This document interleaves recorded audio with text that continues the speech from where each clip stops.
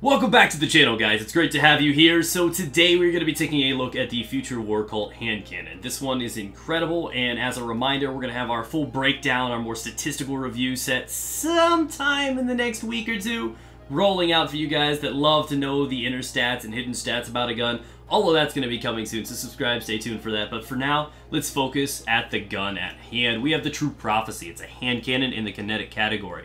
Its perks are aggressive frame. It's got high damage, high recoil. Your choice between fast draw, true sight, and crossfire. I recommend fast draw. We have a pinned mag, alloy magazine, and finally timed payload. Projectiles attached to enemies explode after a short delay, and it is a very short delay. Looking at this thing, you're going to notice that's in the same archetype as the Probina and the Bad News, which is the highest damage, lowest rate of fire. This is a very risky situation for a hand cannon to be in, but we're going to break it down right now. So the first thing you need to understand about this weapon is it hits hard. I mean hard.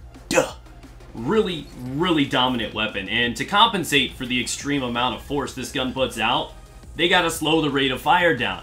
And I have never been too savvy on the slow rate of fire weapons because there's a large window in between each shot that allows other people to shoot you, flinch you, harass you, and can kind of force a panic situation on the user, and that's never a comfortable feeling. So this gun has to be used in the right hands, and when it is used in Crucible in the right hands, you could find a lot of success with it. It's one of those high skill, high reward sort of weapons. If you do manage to secure 3 crit shots with this thing, you can kill a person with 3 shots to the head.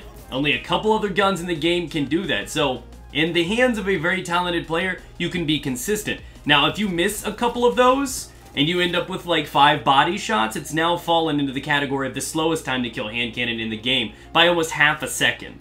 Like, it is a dramatic and punishing thing if you cannot land precision shots. And if that is not you, someone that can confidently do that consistently in Crucible, this is not a weapon you should fiddle with. It's not very forgiving in that category.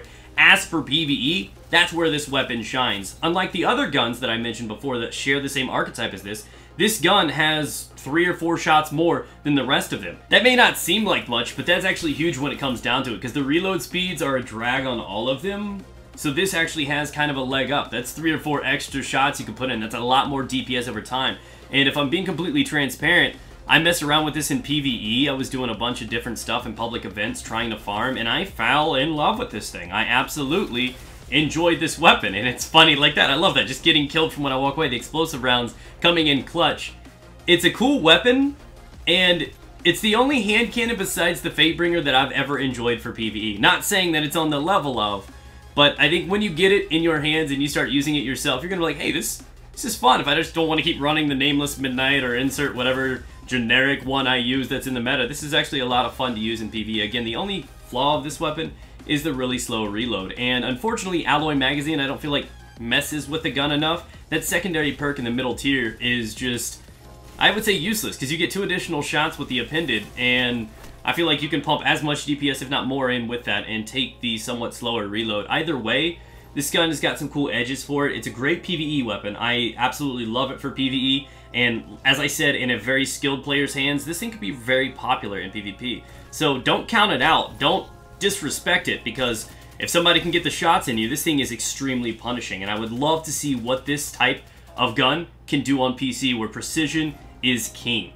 So yes, I love this gun. Try it out for yourself. It's a great weapon. Of course, I don't think it's top tier. I don't think it's better than the better Devils right now in terms of comfort and reliability, but it is still a pretty solid weapon in both Crucible and definitely PvE. So that is a first look at the True Prophecy. A full review will be out within the next few weeks. So thank you guys, subscribe, leave a like if you can, and I'll catch you with another video soon.